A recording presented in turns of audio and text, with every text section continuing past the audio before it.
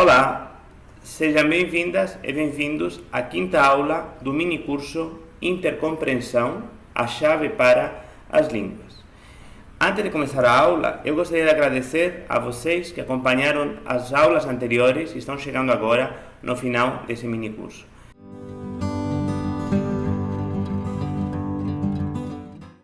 Espero que tenham gostado desse conteúdo e que a discussão não termine por aqui, mas que possa continuar em outros fóruns, em outras formações, quem sabe em algum momento presenciais ou à distância também, ou também através dos comentários do vídeo. Então eu gostaria também de convidar vocês a deixar os comentários em relação com essa aula e com as aulas anteriores.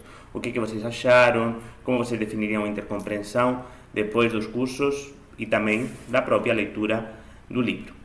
Bem, se nas aulas anteriores nós apresentamos alguns dos elementos fundamentais da intercompreensão enquanto abordagem para o ensino e aprendizagem de línguas, de novas línguas, para repensar as categorias de língua materna e estrangeira e para entender a intercompreensão como um elemento para a formação linguística dos cidadãos de forma mais eficaz, mais rápida, mais econômica e também mais ética, mais democrática, mais horizontal. Hoje vamos dedicar a aula para falarmos dos métodos e dos manuais, dos principais métodos e manuais publicados dentro dessa abordagem nos últimos 30 anos.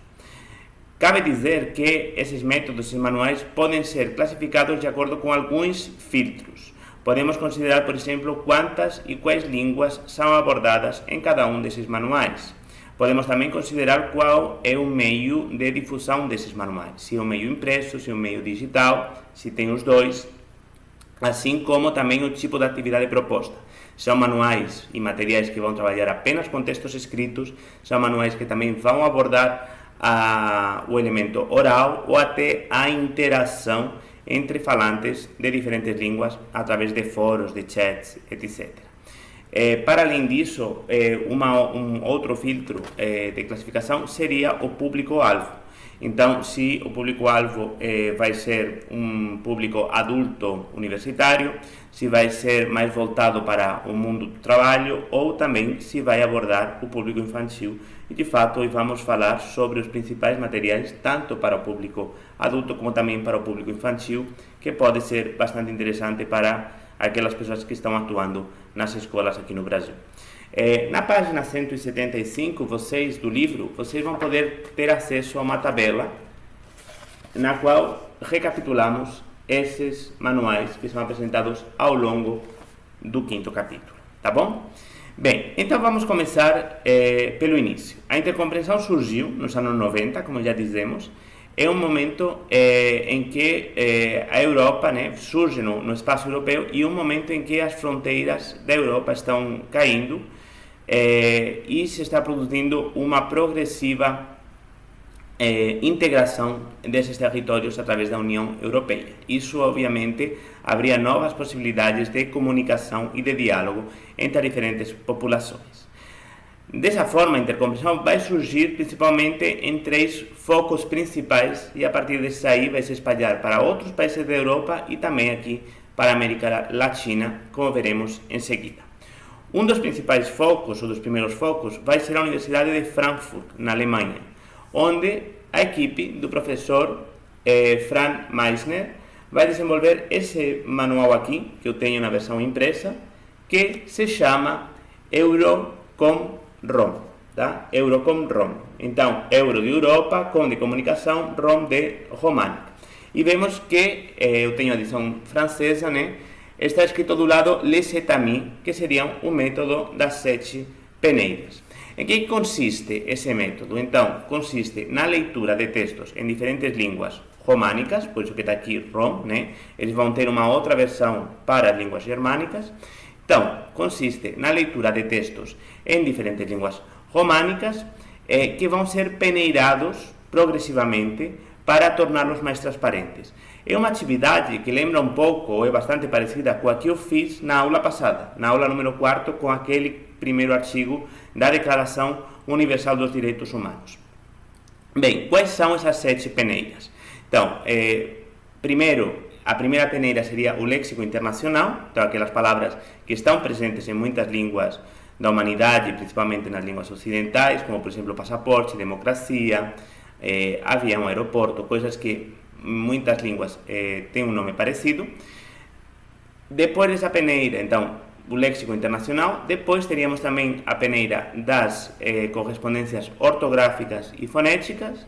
Depois a peneira das correspondências morfológicas e sintáticas, a peneira do léxico comum a todas as línguas românicas e por fim chegaríamos na sétima, que seriam aquelas palavras que sobraram, que são características idiosincráticas de cada língua e que são consideradas, recebem o nome de mot profil, ou seja, de palavras perfis, né? É o que determina o perfil, a identidade um pouco dessa determinada língua. Vemos então que esse método é um método de leitura, aplica uma metodologia bastante minuciosa e que pode ser aplicado depois com diferentes textos que podem ser elaborados pelo professor, pela professora, de acordo com os interesses da sua formação. Passando então da Alemanha para a França, naquele mesmo período, nos anos 90, duas equipes vão começar a trabalhar dentro da abordagem da intercompreensão. Teríamos, por um lado, a Universidade de Grenoble, que naquela altura se chamava Université Grenoble 3 Stendhal, com a equipe da professora Louise Dabene, e, por outro lado, a Universidade de Aix-en-Provence, com a professora Claire Benveniste. Essa segunda universidade, a Universidade de Aix-en-Provence, vai trabalhar principalmente com leitura, de uma forma bastante semelhante, bastante próxima ao que estava sendo feito no método EU-COM-ROM de Meissner na Alemanha. Como é que eles vão trabalhar então? Qual é a proposta metodológica dessa equipe? Bem, de forma geral, um curso de língua estrangeira tradicional desenvolve em paralelo as 4 competências comunicativas. Então, a compreensão oral, a expressão oral, a compreensão escrita, a leitura e a expressão escrita, ou seja, a própria escrita do aprendiz. A proposta em intercompreensão, através da leitura, propõe desenvolver apenas a competência da compreensão escrita, da leitura de textos em outras línguas da família.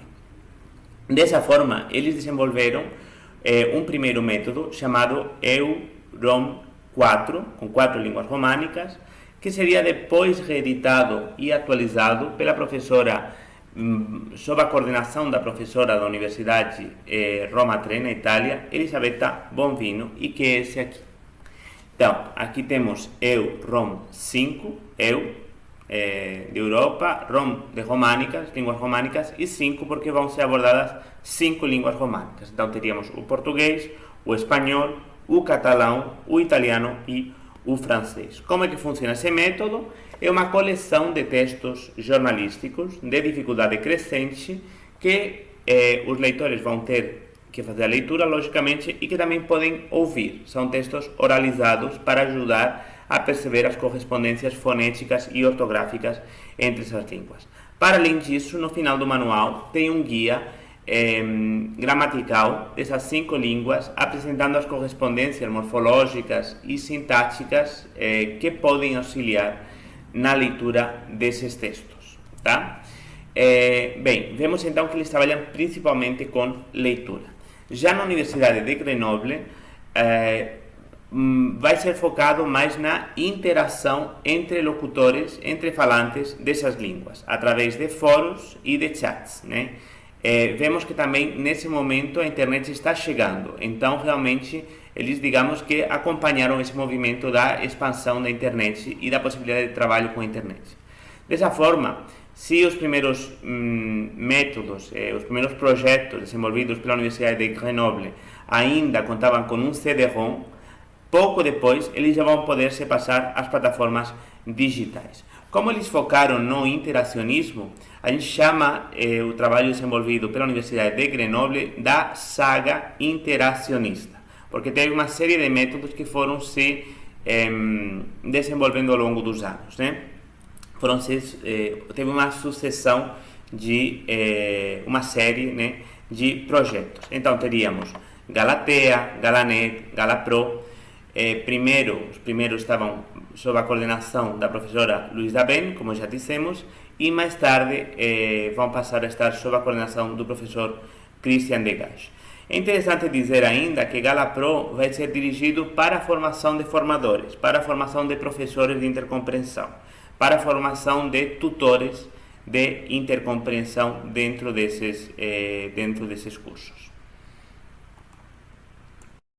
Essas abordagens, uma mais baseada na leitura de textos selecionados e uma mais baseada na interação, principalmente escrita entre falantes de línguas românicas, vão confluir. Elas vão perceber também que elas são complementares uma das outras e dessa forma vai se criar um projeto europeu que se chamava Redinter, né? Esse Redinter era uma espécie de pôr em comum, né, de juntar as diferentes equipes que já estavam trabalhando com a intercompreensão a partir das primeiras universidades da França e que tinham se espalhado para outros países da Europa, a Espanha, Catalunha, Portugal, Itália, Bélgica, a Alemanha, que já falamos antes, a Áustria, e também que já começavam a chegar na América Latina, na Argentina, no Chile, no Brasil. Então, teríamos esse projeto europeu que vai ser Redinter, que tentava pôr em comum o melhor do que tinha sido feito por cada equipe, e mais tarde esse Redinter vai dar origem à plataforma Myriadi, como vemos aqui a imagem, Myriadi, que na verdade significa mutualização e inovação para uma rede de intercompreensão à distância. Mutualização e inovação pour un réseau d'intercompréhension à distance, que vocês podem acessar no site Myriadi, MIRIADI.net, para quem tiver interesse. Nessa plataforma Myriadi vocês vão ter acesso a boa parte dos materiais envolvidos nos diferentes projetos que agora eu referi para vocês e também formações e sessões que eles propõem em intercompreensão. Então, realmente, se vocês querem experimentar a intercompreensão, a interação com falantes de outras línguas, eu proponho que vocês deem uma olhada lá na plataforma do Myriadi, vejam o que está à disposição e fiquem de olho porque as propostas que eles fazem de formação vão ir acontecendo ao longo do ano. Concomitantemente ao trabalho desenvolvido na plataforma Myriadi, hoje em dia, que reuniu as diferentes equipes que foram surgindo nos vários países para trabalhar e para continuar avançando dentro da abordagem da intercompreensão, teríamos concomitantemente com o trabalho desenvolvido de forma concomitante com as ações desenvolvidas dentro da plataforma Myriadi, poderíamos mencionar algumas outras iniciativas e projetos que têm avançado dentro da intercompreensão. Nos últimos anos, as equipes têm se interessado bastante pela questão da avaliação, como criar quadros de referência para avaliação das formações em intercompreensão. Alguns desses descritores estão disponíveis na plataforma Myriadi e mais recentemente, nos últimos anos, foi desenvolvido um projeto chamado EVAL-IC, ou seja, avaliação da intercompreensão, da IC, que como normalmente a gente costuma abreviar a palavra intercompreensão. Esse EVAL-IC, esse projeto EVAL-IC, tenho aqui um folder informativo dele, né? EVAL-IC. Ele teve como resultado propor um modelo de prova, né, de prova de proficiência em intercompreensão em 5 línguas: espanhol, português, francês, italiano e romeno. Vocês podem ter acesso à plataforma do projeto, que é essa aqui, evalic.eu, tá? Onde vocês podem ver as produções, os quadros que eles propõem para avaliação, os descritores que eles propõem e, finalmente, a proposta propriamente dita dessa prova de proficiência, né? Aqui teríamos esse folder que é informativo. Então ele explica como é que isso aconteceria e para que poderia servir, para que poderia ser interessante ou para quem poderia resultar interessante. Passando então agora dos métodos desenvolvidos para um público adulto, principalmente universitário, e pensando num outro grande público que tem interessado as formações em intercompreensão, que seria o público infantil, vamos falar de um método que é esse aqui, que eu tenho, que é Euro-Romania. Tá? Esse método aqui, Euro-Romania, ele foi coordenado pelo professor Pierre Scudé, da Universidade de Bordeaux, e ele tinha como público-alvo, o destino desse método, né, seriam crianças de entre 8 e 11 anos de idade, aproximadamente. Então, o que ele propunha? Ele não propunha ser um método de intercompreensão. Todo mundo entende que nas escolas as crianças já têm uma carga horária bastante cheia, né, que já tem bastantes matérias que eles têm que dar conta, então a intercompreensão seria uma carga a mais. Portanto, a proposta do método não era essa aí, mas integrar a intercompreensão, por isso que chama intercompreensão integrada, nas matérias que já existem, ou seja, a intercompreensão como meio de aprendizagem e não como fim. Na verdade, também como fim, mas mais como meio de ensino. Então, estaria composto por uma série de fascículos, né, de diferentes matérias. Vemos que tem diferentes cores. Então, por exemplo, o verde para ciências naturais, esse aqui, essa cor mais... que cor? Roxo, vermelho, roxo, né, mais ou menos, para história, amarelo para tecnologia e azul para matemática. Então, a ideia seria conteúdos curriculares de esses anos de idade, entre 8 e 11 anos de idade, que seriam desenvolvidos com esses fascículos, seriam trabalhados em sala de aula com esses fascículos plurilingües. Então, vamos ver que aqui tem informações em várias línguas. Os diferentes documentos têm informações em várias línguas. Em espanhol, em francês, em italiano, em português, em catalão, em romeno e em occitano, né? Aqui, inclusive, vocês podem ver o nome da matéria nas diferentes línguas, para assim trabalhar esses conteúdos curriculares através da abordagem da intercompreensão. Esses diferentes fascículos que integrariam esse manual iam acompanhados também de um portfólio que servia como guia para o professor.